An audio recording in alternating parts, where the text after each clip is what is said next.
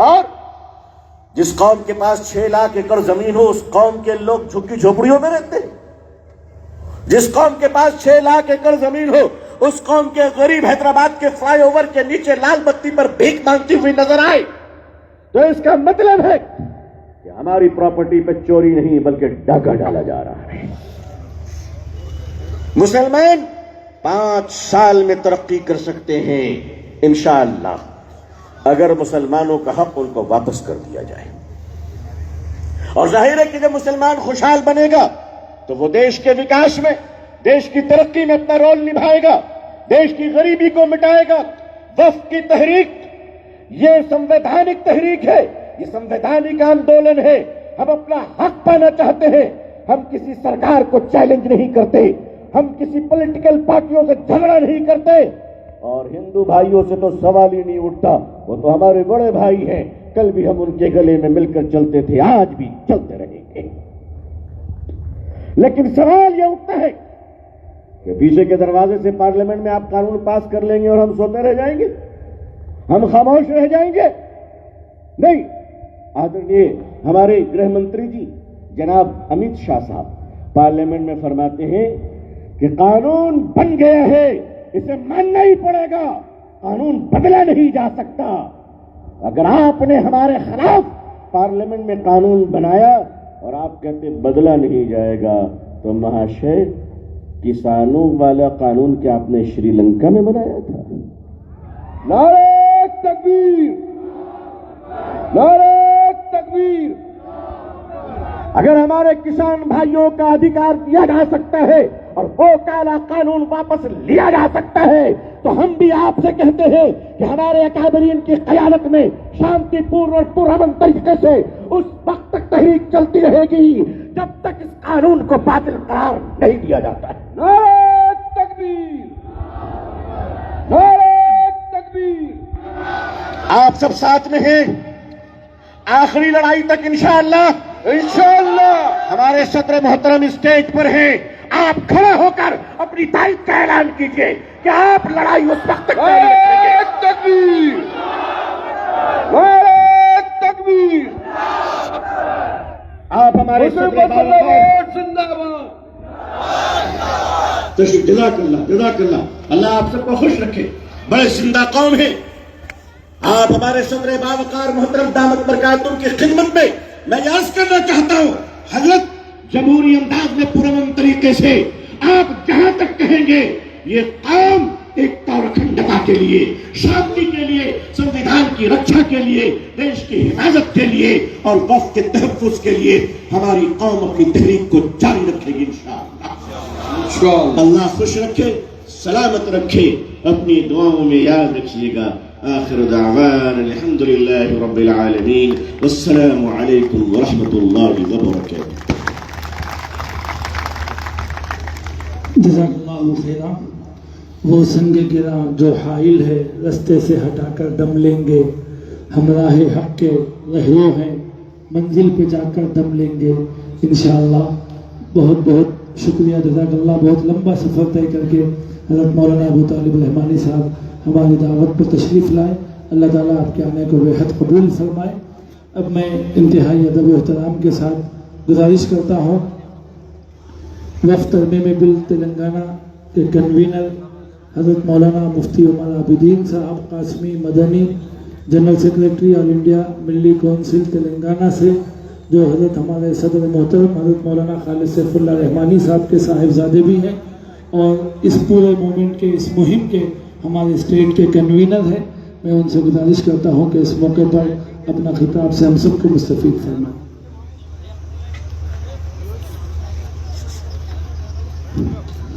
بسم اللہ الرحمن الرحیم. الحمدللہ والصلاة والسلام علی رسول اللہ صلی اللہ علیہ وسلم. اما بعد.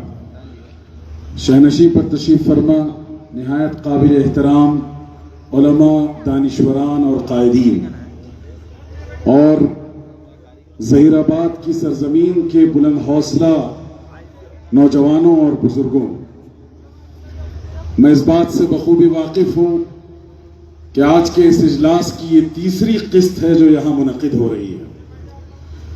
بارش کی وجہ سے آپ مسجد گئے اور پھر وہاں سے دوبارہ یہاں آئے اور مختلف مقررین نے اپنے موضوع پر بہت تفصیل سے گفتگو کی. آپ کی یہ سرزمین بزرگوں کا آستانہ اور گہوارہ ہے. شہر حیدرآباد سے جو سلسلہ چلتا ہے خانقاہوں کا، آستانوں کا، مسجدوں کا، وہ گلبرگہ تک پورے اس راہداری کو آباد کیے ہوئے ہیں. میں اس موقع سے بہت اختصار کے ساتھ صرف 2-3 باتیں آپ کے سامنے رکھنا چاہتا ہوں. سب سے پہلی بات یہ ہے کہ پرسنل لا بورڈ نے اس تحریک کے لیے جو عنوان اور جو شعار یا سلوگن دیا ہے وہ ہے وقت بچاؤ دستور بچاؤ مہم. اس کا مطلب یہ ہے کہ آپ کے ان توانا کاندھوں پر 2 ذمہ داری آئی ہوئی ہے. ایک ذمہ داری قانون شریعت کے تحفظ کی اور دوسری ذمہ داری اس ملک کے سنویدھان اور کانسٹیٹیوشن کی حفاظت کی. آپ کانسٹیٹیوشن کے حوالے سے اس ملک کی سب سے آخری امید ہے. اگر آپ نے حوصلہ کھو دیا تو پھر یہ ملک اور اس ملک کا کانسٹیٹیوشن بدل دیا جائے گا، اس کی بخیاں ادھیڑنے کی کوشش کی جائے گی اور پھر اس ملک میں وہ پرامن رات لایا جائے گا جہاں انسانوں کو ذاتی بات کا شکار کر کے اور غلامی کی زنجیروں میں باندھ کر رکھا جائے گا. اس لیے میرے بزرگوں اور عزیز نوجوانوں، آپ اپنے مستقبل کے لیے اور آنے والی نسلوں کے مستقبل کے لیے اٹھ کھڑے ہوں اور پورے عزم کے ساتھ، پورے حوصلے کے ساتھ یہ کمٹمنٹ کریں اور یہ عہد لیں کہ ہم اس ملک میں ایک طرف قانون شریعت کی حفاظت کریں گے. ہمیں جو آزادی ملی تھی اور کانسٹیٹیوشن میں جو ہمارے حقوق کی ضمانت دی گئی تھی، چاہے وہ آرٹیکل 14 کے ذریعے ہو، آرٹیکل 15 کے ذریعے ہو، آرٹیکل 25 اور 26 کے ذریعے جو ضمانت دی گئی تھی، ان ضمانتوں پر ہم کمپرومائز نہیں کریں گے. یہ طے کرنا ہے آپ کو. اگر آپ یہ طے کر لیں گے تو دنیا کی کوئی طاقت اور ایوان اقتدار سے بنایا ہوا کوئی قانون آپ کو زیر نہیں کر سکتا. اور اگر آپ حوصلہ کھو دیں گے تو یاد رکھیے گا کہ پھر اس ملک میں قانون شریعت پر عمل کے راستے آپ کے لیے ناہموار کر دیے جائیں گے. آج صورتحال یہ ہے کہ معاملہ شروع ہوا تھا قانون شہریت سے اور اب آ کر یہ معاملہ پہنچ گیا قانون شریعت پر. NRC اور CA کے ذریعے آپ کے شہری حقوق پر ڈاکہ ڈالا جا رہا تھا اور اب اس قانون کے ذریعے سے آپ کے شہری حقوق پر ڈاکہ ڈالا جا رہا ہے.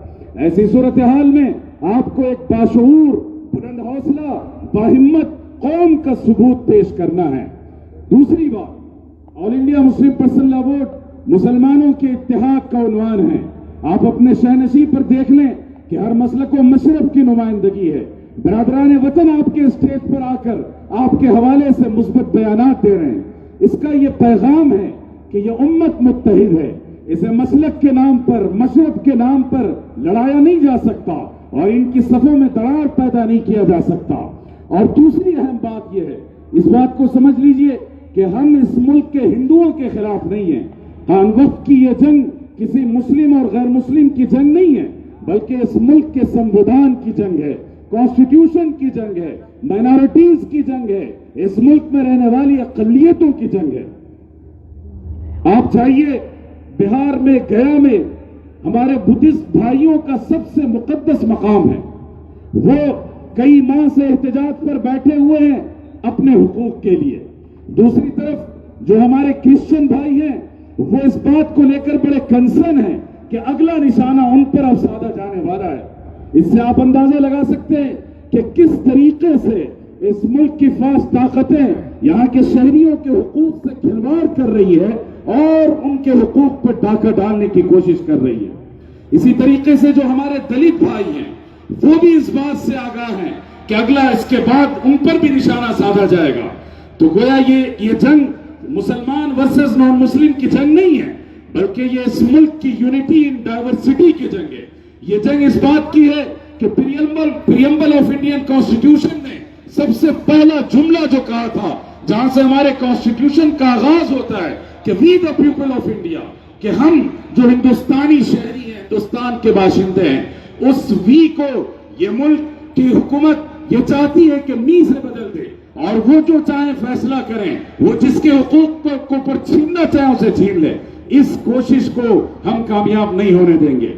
دوسری بات اور آخری بات میں آپ سے کہنا چاہتا ہوں, آل انڈیا مسلم پرسنل لا بورڈ کی طرف سے جو آپ کو پیغام دیا جا رہا ہے, جو رہنمائانہ خطوط دیے جا رہے ہیں, آپ صرف اس پر لبیک کہتے جائیں.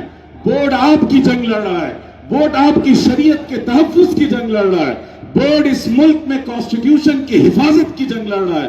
اگر آپ اس جنگ میں ان کے دوش بدوش کھڑے نہ ہوں گے تو یاد رکھیے گا کہ خسارہ آپ کا ہوگا اور آپ کی نسلوں کا ہوگا. آپ جس میدان میں بیٹھے ہیں اس کے ساتھ میں ایک بڑا شہر خاموشہ اور قبرستان ہے. قبر سے مردوں کو اٹھا کر پوچھا جائے گا کہ لاؤ ثبوت دو کہ یہ قبرستان تمہارا وقف کیا ہوا ہے, دلیل دو کہ اس قبرستان کے تم مالک ہو. کیا آپ چاہیں گے کہ آپ کے پرکھوں اور بزرگوں کی قبروں کے ساتھ ایسا کھلواڑ کیا جائے؟ اگر آپ یہ نہیں چاہتے تو اٹھ کھڑے ہوئیے, لبیک کہیے اور آل انڈیا مسلم پرسنل لا بورڈ کے اس نعرے اتحاد کے ساتھ ساتھ رہیے. انشاءاللہ ملک کی یہ معتبر اور متحد قیادت آپ کو کبھی نا امید نہیں ہونے دے گی اور نہ انشاءاللہ آپ کو ناکام ہونے دے گی. ھذا وصلی اللہ علی سیدنا محمد وبارک وسلم الحمدللہ رب العالمین. مسلم پرسنل بورڈ زندہ باد. آواز دو, آواز دو. اب میں اس کے بعد محترم جناب حضرت مولانا ڈاکٹر سید متین الدین قادری صاحب معزز رکن مسلم پرسنل لا بورڈ سے گزارش کرتا ہوں کہ مختصراً اپنا اظہار خیال فرمائیں.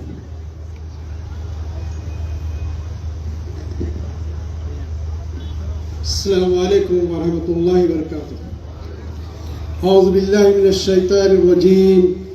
بسم اللہ الرحمن الرحیم.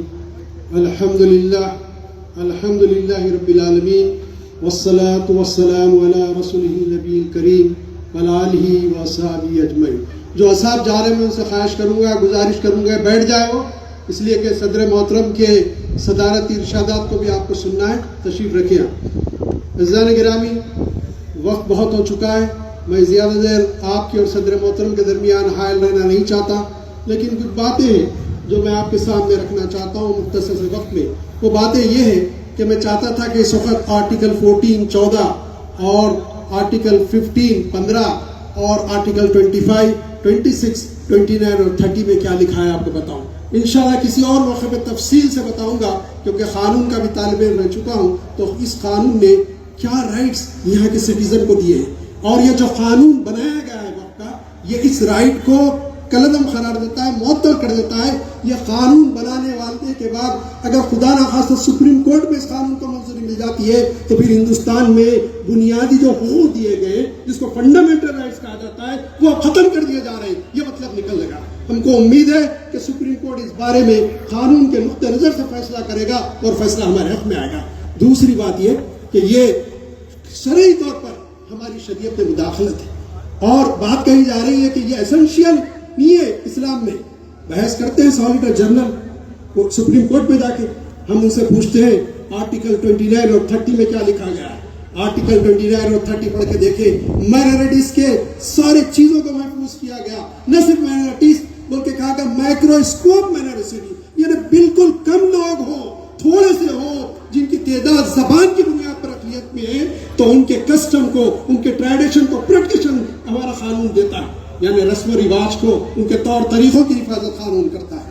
میں زیادہ تفصیلات پہ جانا نہیں چاہتا.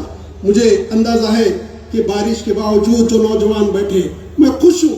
اس لیے خوش ہوں کہ جو دکھ رہے ہیں نوجوانی دکھ رہے ہیں, ضعیف نظر نہیں آ رہے. اور دنیا میں جتنے انقلابات آئے ہیں اس کے پیچھے کسی نوجوان کا ہاتھ تھا, اس کا سالار نوجوان تھا, یا اس میں آگے بڑھ کر مقابلہ کرنے والا نوجوان تھا. قرآن مجید کی ایک مثال دیتے جاؤں گا. تاریخ اسلام پہ تو مثالیں بھر پڑی ہیں.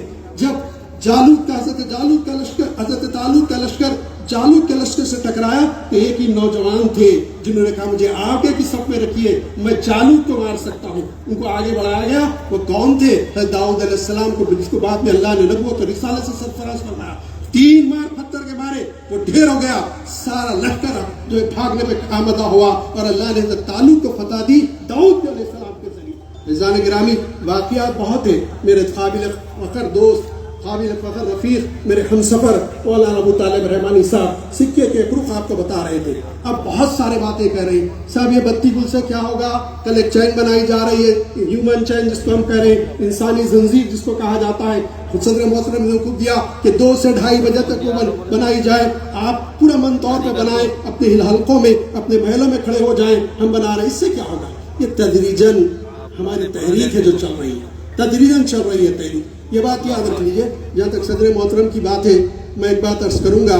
نگاہ بلند سخن دل نواز جاں پرسوز, نگاہ بلند سخن دل نواز جاں پرسوز, یہی ہے رخت سفر میر کارواں کے لیے. بارش کی پرواہ نہیں کرے, طوفان بھی آ جاتا تو پرواہ نہیں کرتے. مجھے اپنی قیادت پہ اتنا بھروسہ ہے, آنا ہے تو آگے رہتے اور آئیں.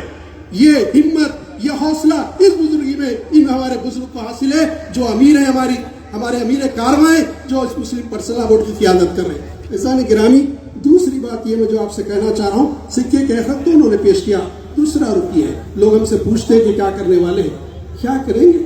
جب حق کی بات آ گئی, ہم حسین والے ہیں, کربلا بڑھ ڈالیں گے ہندوستان میں. ہم حسین والے ہیں, کربلا بڑھ ڈالیں گے. کیا تیار ہیں آپ اس کے لیے؟ حکومت سن لے, حکومت سن لے, ہم پیچھے قدم ہٹانے والے نہیں. چاہے ہماری جان چلی جائے, پھانسی کے پھندے میں لٹکنا پڑے, اس ملک کی جنگ آزادی کے لیے ہزاروں علماء, لاکھوں مسلمانوں نے شہادت دی, اور ہم بھی دے دیں گے. ہم جبری طور پر اپنے دین میں, اپنی شریعت میں مداخلت نہیں کریں. میں مہاراشٹر سے دلی کے سنگاسن پر جوان جو مہاراج ہے سے پوچھنا چاہتا ہوں, کس مسلمان نے آپ سے کہا تھا کہ یہ قانون بنا دیا جائے؟ کس عالم نے آپ کو مشورہ دیا تھا؟ ہمارے سارے ہندوستان کے اسٹارز علماء تو ہمارے بورڈ میں موجود ہیں, اور سب سے بڑے ہمارے صدر محترم ساری دنیا میں جانتے ہیں. آپ نہیں جانتے, میں جانتا ہوں. میں نے ان کی جو چھوٹی سی بک ہوتی ہے جس میں نوٹ کرتے ہیں تواریخ, میں نے دیکھا ہے. باہر کے ممالک کے سفر میں رہتے ہیں, باہر کے ممالک میں بھی ان کو بلایا جاتا ہے. خود میرا حال یہ ہے کہ لوگ اکثر میرے سے دینی مسائل پوچھتے ہیں, مسئلہ جہاں پھنس جاتا ہے, سمجھ میں نہیں آتا, تو حضرت والا سے رجوع کرتا ہوں. پرسوں خواتین کا ایک پروگرام تھا, باز بڑھا, ایک مسئلہ یاد آیا, کسی نے پوچھا تھا, میں نے کہا میں پوچھ کے بتاتا ہوں, کتابوں میں مجھے نظر نہیں آ رہا ہوں اور سمجھ میں نہیں آ رہا مجھے, اور 1 ہی منٹ میں اس کا جواب مل گیا. یہ فقیہ الاثر کہلاتے ہیں. ایسی قیادت ہمارے ساتھ ہے. لیکن یاد رکھے کہ نوجوان, میں آپ سے کچھ باتیں کرنا چاہتا ہوں. فجر کی نماز مت چھوڑے, نماز مت چھوڑے, نماز نہ چھوڑے. اقبال نے شکوہ کیا تھا, رحمتیں ہیں تو تیری اغیار کے کاشانوں پر, برف گرتی ہے بیچارے مسلمانوں پر. جواب میں اقبال نے خود اللہ کی طرف سے کیا کہا, کس قدر گرا تم پر صبح کی بیداری ہے, ہم سے کب پیارے, ہاں نیند تمہیں پیاری ہے, تب آزاد پہ خد رمضہ بھاری ہے, کہہ دو کیا یہی ہے وفاداری؟ اللہ سے وفاداری کا ہے, اللہ کے نبی سے وفاداری کا ہے, اور نماز چھوڑے مسلمان. یقین مانا نوجوانوں, تم عزم کرو, تم ارادہ کرو کہ کل سے میں فجر کی نماز پڑھوں گا اور اللہ کے سامنے سجدہ ریز ہو جاؤں گا اور دعا کروں گا, مالک میں بہت گناہگار تھا, میں شرمندہ ہوں, میرے گناہوں کی وجہ سے امت پہ یہ آفت آ کے پڑی ہے, تو میری دعا کو قبول کر لے, مجھے بخش دے, میری قوم کو بخش دے, اور یہ مصائب کو ٹال دے. اللہ اتنا غفور الرحیم ہے, اتنا خبیر المتین ہے, اس کے ایسی قوت ہے, یہ کچھ نہیں. میں نے اپنی آنکھوں سے دیکھا, ہمارے بزرگوں نے دیکھا, وہ جس سے لڑنے کے لیے امریکہ گھبراتا تھا, جس کو آج رشیا کہتے ہیں, اس کا نام تھا سوویت یونین, وہ کئی ممالک کا ایک مجمع تھا, اور اس سے لڑنے کے لیے ناٹو بنایا گیا تھا. وہ جب ٹوٹا, اللہ کی مدد آئی, تو دیکھا آپ نے 6 اسلامی ریاست نکلی. غرور اور تکبر میں اس قسم کے جو قوانین بناتے ہیں, سن لے, ہم اس ملک میں پیدا ہوئے ہیں, اور اس ملک میں ہم نے پسند سے اس ملک کو اپنایا. ہم کسی اور ملک میں نہیں گئے, ہمارے پاس آپشن تھا, ہم نے ارادہ کیا اس ملک پہ رہیں گے, اور ہم نے اسی وقت فیصلہ کیا, ہمارے اکابرین, ہم اس ملک میں رہیں گے, امن کے ساتھ رہیں گے, سکون کے ساتھ رہیں گے, اپنی مساجد کے ساتھ رہیں گے, اپنے قبرستانوں کے ساتھ, اپنے بزرگان دین کی مزارات کے ساتھ, اپنی خانقاہوں کے ساتھ, اپنی دینی مدارس کے ساتھ رہیں گے. اگر اس میں مداخلت کی جائے گی تو پھر ہم آخری قطرہ خون تک جدوجہد کریں گے, دستور کے تحت کریں گے. لیکن ظلم کیا جائے گا تو امام حسین نے جیسے شہادت دی, ان کے 72 ساتھیوں نے, ہم اس طرح کی شہادت دینے سے بھی پیچھے نہیں ہٹیں گے. کیوں کہ جو ہے شہادت ہے, مطلوب ہے, مقصود ہے مومن, نہ مال غنیمت تک کشوت کسائی. عزیز نوجوان ساتھیوں, حوصلہ پیدا کرو, اللہ کے دربار میں سر کو جھکاؤ, پھر دیکھو اللہ کی مدد کیسے آتی ہے. لوگ تصور نہیں کر سکتے اس طرح اللہ کی مدد آتی ہے. لیکن یہ کہ ہم اللہ کے دربار میں آئیں اور حضور اکرم صلی اللہ علیہ وسلم کی محبت, ان کے دامن سے وابستگی جو ہے اس کو مضبوط سے مضبوط کریں. اقبال کی زبان میں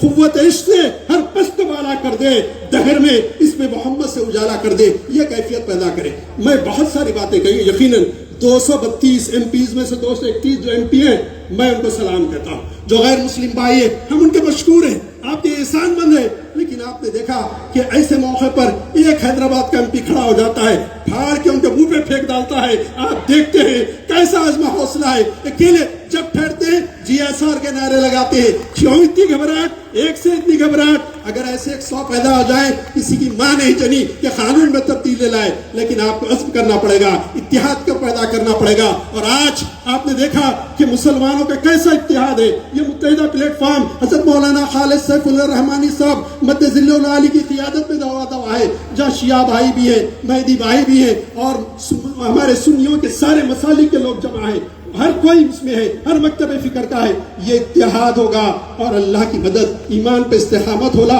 یہ کیفیت ہو۔ قالوا ربنا اللہ ثم استقاموا تنزل علیہم الملائکہ، جب ہم کہتے ہیں کہ اللہ ہی ہمارا رب ہے اور اس پہ جم جاتے ہیں تو اللہ فرشتوں کا نزول کرتا ہے۔ تعداد کو مت دیکھیے، جتنے موجود ہیں آپ عزم کریے، آپ ارادہ کریے، صدر محترم جو کہیں گے ہم لبیک کہیں گے، کیا آپ اس کے لیے تیار ہیں؟ انشاءاللہ پائندہ باد نعرہ تکبیر، نعرہ تکبیر، وآخر دعوانا الحمدللہ۔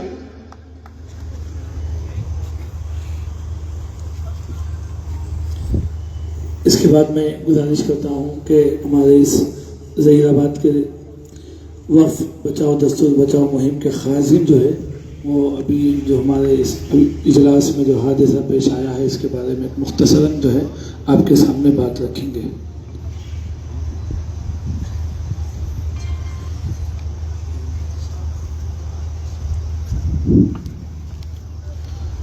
السلام علیکم ورحمۃ اللہ وبرکاتہ۔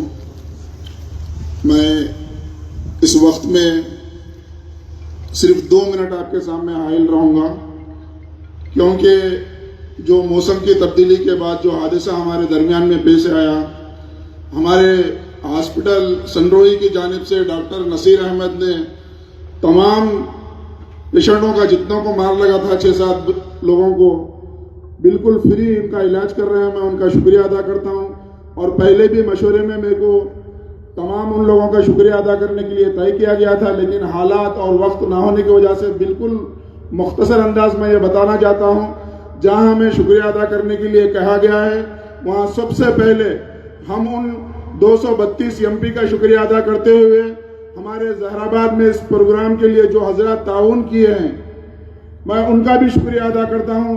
میرے پاس ایک لسٹ تھی جو بارش کی وجہ سے وہ خراب ہو چکی ہے، ورنہ میں ان تمام حضرات کا نام نوٹ کیا تھا، جس میں خاص کر ایک بڑا تعاون جو نواب صاحب مگڑم پلی کے جو قطب الدین صاحب کے والد صاحب ہیں ان کی جانب سے، تنویر بھائی کی جانب سے جو فرید الدین صاحب کے فرزند ہیں، شیخ محی الدین صاحب کی جانب سے، اور ہمارے شیخ فرید صاحب کی جانب سے، اور تقریباً ساتھیوں کے ناموں میں تحریر کیا تھا، تاکہ آپ لوگوں کو یہ اس لیے بتانا پڑتا ہے کہ اور کبھی موقع آئیں گا تو آپ کو ہمت افزائی ہو اور آپ لوگ بڑھ چڑھ کر ان کاموں میں حصہ لیں، کیونکہ اس وقت میں یہ لڑائی کب تک چلنے والی ہے ہم کو اس کا اندازہ نہیں ہے۔